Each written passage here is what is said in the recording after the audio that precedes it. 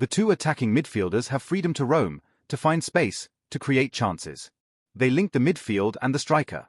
Mbeumo and Cunha played these positions at Liverpool. The striker leads the line.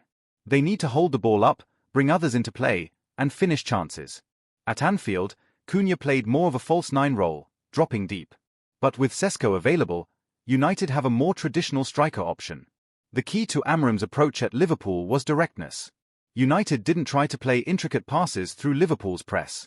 They went long. They won the second ball. They got it forward quickly. It was effective. Will Amorim stick with the same approach against Brighton?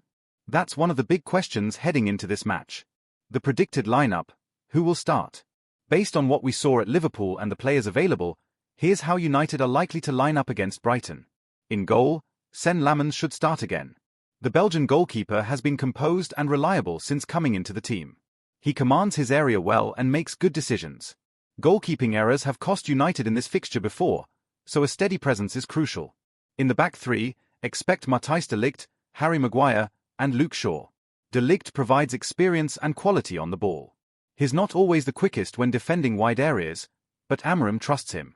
Some might argue that Leinry Euro's recovery speed would be useful against Brighton's dynamic attack, but it's unlikely Amorim will change a winning back three. Harry Maguire was the hero at Anfield with his winning goal. There have been some fitness concerns during the week, but he's expected to be ready. Maguire has been in and out of the team this season, but when he plays with confidence, he's a valuable player. He's strong in the air, good at defending set pieces, and can step forward with the ball. Luke Shaw on the left of the back three gives United balance. Shaw has quality on the ball and can help United build attacks. There's been talk about whether he might get back into the England squad under Thomas Tuchel, especially if he maintains good form. Shaw has always performed well for England at major tournaments, so a recall isn't out of the question if he stays fit and plays well. At right wing-back, Amad Diallo has been growing into the role. It's not his natural position, but he's adapting well. He has pace, skill, and an improving defensive understanding. Every match he looks more comfortable with the responsibilities of the wing-back role. In central midfield, Casemiro and Bruno Fernandes should continue. Casemiro provides the defensive shield. He breaks up attacks, wins tackles, and adds experience. He travelled back from South America before the Liverpool match but still played well. Now he's had a full week to prepare, so fitness shouldn't be an issue. Bruno Fernandes is playing deeper this season than we're used to. He's not the advanced attacking midfielder anymore. He sits in central midfield and distributes the ball. Brighton will likely try to exploit his occasional defensive lapses, but they'll also be wary of the quality he can provide with his passing. At left wing-back, there might be a change. Diogo Dalot played at Liverpool but wasn't particularly impressive. Patrick Dorgu could come in for his first start. This would give United fresh legs and competition for places. Dorgu has looked sharp when he's come off the bench, so a start wouldn't be surprising. In the attacking midfield positions, Bryan Mbeumo should definitely start. He's been excellent this season and scored at Anfield. His pace and directness cause problems for any defense. He can run in behind, he can dribble at defenders, and he can finish. Brighton will need to be very aware of him. Matheus Cunha should also keep his place. His performance at Liverpool earned praise from everyone. He worked hard, linked play well, and showed real quality. He'll likely play a similar role against Brighton, supporting the striker and creating chances. The big question is up front. Does Benjamin Sesko come back into the starting lineup? He was left out at Anfield, with Cunha playing the false nine role. But at home against Brighton, Amorim might want a more traditional striker. Sesko gives United a different option. He's tall and strong, which means United can go more direct if needed. If Brighton press high, United can bypass the press by playing long to Sesko. He can hold the ball up, bring others into play, and finish chances in the box. Mason Mount is also in the squad and plays an important role, but the feeling is that Sesko will get the nod for this match. Going long to avoid Brighton's press worked at Liverpool. Having Sesko as the target could work even better. Key battles across the pitch. Every match has key individual battles that can determine the outcome. Let's look at some of the crucial matchups for this game. In midfield, Casemiro versus Brighton's number 10 will be huge. Brighton like to play through their creative midfielder. If Casemiro can shut down that supply line, United will be in a much better position. Casemiro needs to read the game well, position himself smartly, and make key interceptions. Bruno Fernandes versus Brighton's pressing will be another key battle. Brighton will try to force Bruno into mistakes. They'll press him when he receives the ball. They'll try to cut off his passing lanes. Bruno needs to keep his composure, make quick decisions, and not lose possession in dangerous areas. The wingbacks versus Brighton's wide players will be crucial. Amad Diallo and potentially Patrick Dorgu will need to be strong defensively. Brighton's wide players are quick and skillful. They'll try to isolate United's wingbacks in one-on-one situations. If United's wingbacks can win these battles, they can also get forward and create chances at the other end. Benjamin Sesko versus Brighton's centre-backs could be decisive if Sesko starts. Brighton's defenders are comfortable on the ball, but they're not the biggest or most physical. Sesko's height and strength could cause them problems, especially from long balls and set pieces. If Sesko can dominate physically, United will have a real outlet. In goal, Lamens needs to be alert. Brighton create good chances when they get into the final third. They have players who can shoot from distance. Lamens needs to command his area, deal with crosses, and make saves when called upon. As mentioned earlier, goalkeeping errors have cost United in this fixture before. Tactical considerations. What should United do? This is where it gets really interesting. What tactical approach should Ruben Amorim take against Brighton? One option is to repeat what worked at Liverpool. Set up to be direct. Don't try to play out from the back under Brighton's press. Go long to the striker. Win the second balls. Be physical and aggressive. This approach worked brilliantly at Anfield. Why change it? The argument for this approach is that it negates Brighton's main strength. Brighton want to press high and win the ball in dangerous areas. If United bypass the press by going long, Brighton's pressing becomes less effective. It also plays to United's strengths, particularly if Sesko starts. He's perfect for holding up long balls. Another option is to be braver on the ball. Try to play through Brighton's press. Back your technical players to find solutions under pressure. This is riskier, but it could create better chances if executed well. The argument for this approach is that United are at home. The fans expect to see attacking football. Playing long all the time can be effective, but it's not pretty. If United can play through the press, they can create better quality chances. My feeling is that Amorim will stick closer to what worked at Liverpool. He's a pragmatic manager. He knows Brighton have caused United problems in the past. He won't want to give Brighton what they want, which is a game where United try to play out from the back and Brighton press aggressively. Expect United to be direct, especially in the first phase of build-up. That doesn't mean long balls all the time, but it means being willing to bypass Brighton's press when needed. Once United get into the final third, they have players like Mbeumo and Cunha who can create something special. Set pieces will also be important. United have height and power in the team. Maguire, De Ligt, and Sesko are all threats from corners and free kicks. Brighton will need to defend these situations carefully.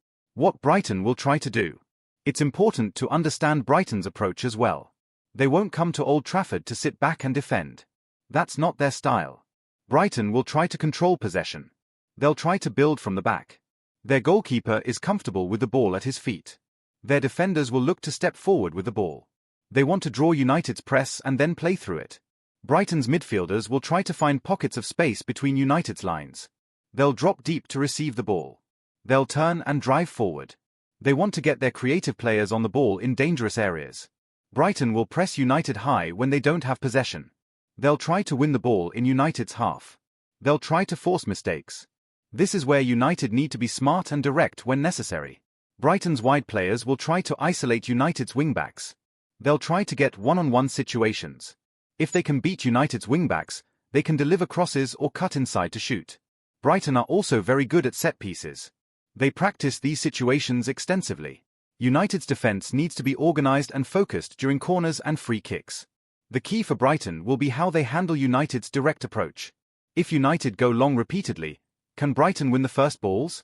Can they win the second balls? Can they deal with the physicality? These will be crucial questions. The historical context. Why this matters. Let's zoom out for a moment and think about the bigger picture. Why does this match matter in the context of Manchester United's season? First, breaking the Brighton curse would be psychologically massive. Winning your first back-to-back league games under Amorim was important. Beating a team that has dominated you recently would be another step forward. It would show that this team is learning, improving, and overcoming challenges. Second, this match comes at an important time in the season. United need to build momentum. They need to string together wins. They need to climb the table. Every 3 points matters. Dropping points at home against a team that has beaten you repeatedly would be a setback. Third, This match will tell us a lot about Amram's ability to adapt and solve problems. Good managers find solutions to different challenges. Brighton pose a very specific challenge. If Amram can get his tactics right and lead United to victory, it shows his learning and growing in the role. Fourth, the match matters for individual players. Players like Sesko, Mbeumo, and Cunha are still relatively new to the club. They're still proving themselves. Big performances in big games help them establish themselves. They help them earn the trust of the fans and the manager. Player spotlight, key men for United. Let's take a closer look at some of the key players who could determine the outcome of this match. Benjamin Sesko is the obvious starting point if he does come back into the team. The young Slovenian striker has huge potential. He's only going to get better with experience and confidence. Against Brighton, his physical presence could be crucial. He needs to hold the ball up well. He needs to bring teammates into play. And if chances come his way, he needs to finish them. United paid big money for him. Now it's time to deliver. Bryan Mbeumo has been one of United's best players this season. His impact has been immediate. He scored at Anfield. He's been dangerous in every match. Brighton's defense will be very aware of him. They'll try to double up on him, to limit his space. Mbeumo needs to keep making intelligent runs. He needs to stay patient. The space will come if he works hard enough. Matheus Cunha's role is fascinating. He's not playing as a traditional striker or a traditional number 10. He's somewhere in between. He drops deep, links play, and creates space for others. Against Brighton, his work rate will be crucial. He needs to press from the front. He needs to force Brighton into mistakes. And when United have the ball, he needs to be the creative spark. Harry Maguire comes into this match with confidence after scoring at Liverpool. Maguire has taken plenty of criticism over the years. Some of it fair, some of it harsh. But when he plays well, United have a much better chance of keeping clean sheets. Against Brighton, he needs to be strong in the air. He needs to organize the defense. He needs to make big moments count. Another goal would be a bonus, but solid defending is the priority. Bruno Fernandes is playing deeper than we're used to, but his quality is still obvious. Against Brighton, his passing will be key. He needs to find the right balance between being safe and being creative. He can't give the ball away in dangerous areas, but he also needs to make things happen. It's a difficult balance, but that's why he's the captain. Casemiro will have a huge defensive responsibility. Brighton's midfield is technical and mobile. Casemiro needs to read the game perfectly. He needs to snuff out danger before it develops. He needs to shield the back three. If he has a good game, United will be in control. If Brighton's midfield bypasses him regularly, United will be in trouble. What could go wrong? It's important to be realistic. What are the potential pitfalls for United in this match? First, if United can't handle Brighton's press, they'll struggle. If they keep giving the ball away in their own half, Brighton will create chances. This has been a problem in the past. United's defenders and midfielders need to be composed under pressure. Second, if United's wingbacks have a bad day defensively, Brighton's wide players will punish them. Wingback is a demanding position. You need to defend well and attack well. If Ahmad or Dorgu get beaten repeatedly, Brighton will target them. Third, if Sesko doesn't perform, United might struggle to hold the ball up. The direct approach only works if your striker can control long balls and bring others into play. If Sesko has a poor touch or gets dominated physically, Planner won't work. Fourth, set pieces could be decisive. Both teams have quality from dead balls. If United switch off at a corner or free kick, Brighton could score. Concentration is crucial. Fifth, individual errors could be costly. One mistake from a defender, one misjudgment from the goalkeeper, one poor pass from a midfielder. These things happen in football. United need to minimize errors and punish Brighton's mistakes instead. What success looks like. So what would a successful performance look like for Manchester United against Brighton? Obviously, 3 points is the main goal. Winning the match is what matters most. Breaking the run of defeats to Brighton would be huge for confidence. Beyond the result, there are other markers of success. Keeping a clean sheet would be excellent. United have conceded too many goals this season. A solid defensive performance would be a step forward. Controlling the key moments in the match is another marker. Big games often come down to a few crucial moments. Who wins the big tackles? Who scores from the set piece? Who makes the vital save? If United win these moments, they'll likely win the match. Seeing continued growth from new signings would be encouraging. Sesko, Mbeumo, and Cunha are still adapting to United. Every good performance helps them settle. If they play well against Brighton, It shows they're on the right path. The atmosphere at Old Trafford will matter too. The fans need to be loud and supportive. They need to create an intimidating environment for Brighton. If the crowd is flat, Brighton will feel more comfortable. If the crowd is rocking, it gives United a huge advantage. The bigger picture, what this match means for the season. Let's think about where this match fits into United's season as a whole. 3 wins in a row would be a genuine statement. It would show momentum. It would show that the team is starting to gel under Amorim. It would lift everyone's spirits heading into the next run of matches. Beating Brighton specifically would also lay a ghost to rest. United need to show they can beat teams that have troubled them. They can't keep losing to Brighton. They can't keep struggling against the same opponents. Breaking that pattern would be psychologically important. This match is also about building consistency. United have been too up and down this season. They'll beat a big team, then lose to a smaller team. They'll play brilliantly one week, then struggle the next week. Consistency is what separates good teams from great teams. Back-to-back-to-back wins would be a sign of growing consistency. For Ruben Amorim personally, this match is another chance to prove himself. Managing Manchester United is one of the toughest jobs in football. The pressure is immense. The expectations are sky high. Every match feels like a test. Every decision is scrutinized. But that's what he signed up for. If he can guide United to victory over a difficult opponent, it adds to his growing reputation at the club. Fan expectations and pressure. Let's be honest about the pressure on this team. Manchester United fans have seen plenty of disappointment in recent years. They've seen false dawns. They've seen promising starts that led nowhere. They've seen managers come and go. They've seen expensive signings flop. So there's natural skepticism. Fans want to believe, but they've been hurt before. They need to see sustained improvement. They need to see the team beating opponents like Brighton that have caused problems in the past. The atmosphere at Old Trafford will reflect this.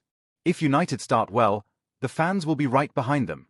The stadium will be loud and intimidating. But if United struggle, if Brighton start dominating, the anxiety will grow. The fans will get nervous. The players will feel that pressure. This is where experience matters. Players like Casemiro and Bruno have been through pressure situations before. They know how to handle it. The younger players need to feed off that experience. They need to stay calm and focused even if things aren't going perfectly. The fans desperately want to see progress. They want to see a team that fights for every ball. They want to see players who care about the shirt. They want to see tactical intelligence and clever game management. If United deliver all of that against Brighton, the fans will leave Old Trafford happy. If they don't, the questions will continue. Prediction time. How will this match unfold? Based on everything we've discussed, here's how I think this match will go. United will start aggressively. They'll press Brighton high early on. They'll try to unsettle Brighton before they can get into their rhythm. The first 15 minutes will be crucial. If United score early, they'll try to control the game. They'll drop slightly deeper and look to hit Brighton on the counter. Mbeumo's pace will be key in these situations. United will also look to frustrate Brighton, slow the game down, and protect their lead. If Brighton score first or if the match is goalless after 30 minutes, it becomes more tense. Brighton will grow in confidence. They'll start controlling more of the ball. United will need to stay patient and wait for their moments. I think this will be a tight match. Both teams have quality. Both teams have game plans. It might come down to one moment of magic or one defensive error. My prediction is that United will win 2-1. I think Sesko will score if he starts. I think Mbeumo will be involved in another goal, either scoring or assisting. And I think Brighton will score because they always create chances against United. But crucially, I think United will show enough character and quality to get the 3 points. I think Amorim will get his tactics right. I think the players will execute the game plan. And I think Old Trafford will celebrate 3 wins in a row. Final thoughts and what to watch for. As we head into this massive match, here are the key things to watch for. Watch how United build from the back. Do they go long immediately? Do they try to play through Brighton's press? How composed are they under pressure? Watch the battle in midfield. Can Casemiro and Bruno control the middle of the pitch? Can they break up Brighton's attacks and create chances for United? Watch Benjamin Sesko if he starts. Does he hold the ball up well? Does he link play effectively?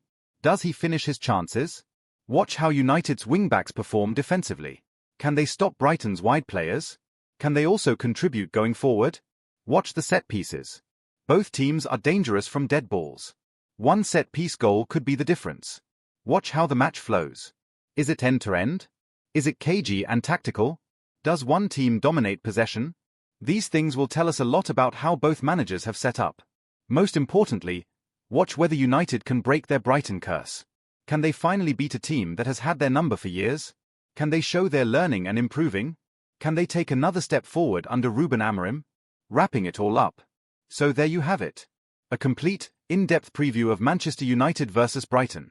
We've covered the tactics, the key players, the predicted lineup, the historical context, and everything else you need to know. This is a huge match for United.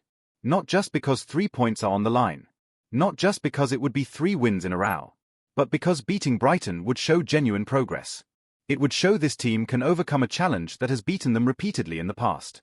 Ruben Amorim will be feeling the pressure. The players will be feeling the pressure.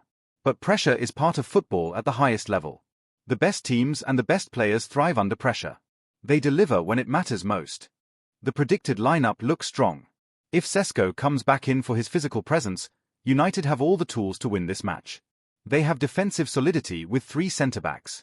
They have energy and quality in midfield. They have pace and creativity going forward. They have a striker who can hold the ball up and finish chances. Brighton will make it difficult. They always do. They'll press high, they'll try to control possession, and they'll create chances. But United at Old Trafford, with the crowd behind them, should have enough to get the job done. Remember, this is why we love football. This is why we follow United through thick and thin. Because these matches matter. Because the drama is real. Because the emotions are intense. Because when United win, especially against tough opponents, it feels incredible. Make sure you're tuned in on Saturday evening. Make sure you're ready to support the team. Make sure you're part of the atmosphere, whether you're at Old Trafford or watching from home. United need every bit of support they can get. And after the match, come back to United Daily Updates. We'll have the full post-match analysis. We'll break down what worked and what didn't. We'll look at individual performances. We'll discuss what it means for the season going forward. This is United Daily Updates, your trusted source for honest, detailed, and passionate Manchester United coverage. Subscribe to our YouTube channel if you haven't already. Turn on notifications so you never miss a video. Share our content with other United fans. And let's keep building this community of passionate supporters who want nothing but the best for our club. Come on, United. Let's beat Brighton. Let's make it 3 wins in a row. Let's show everyone that this team is moving in the right direction. Let's show that Ruben Amorim is building something special.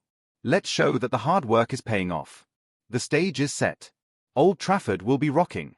The players are ready. The fans are ready. Now let's go out there and get the 3 points we desperately need. Thanks for reading this detailed preview. See you after the match for the full breakdown.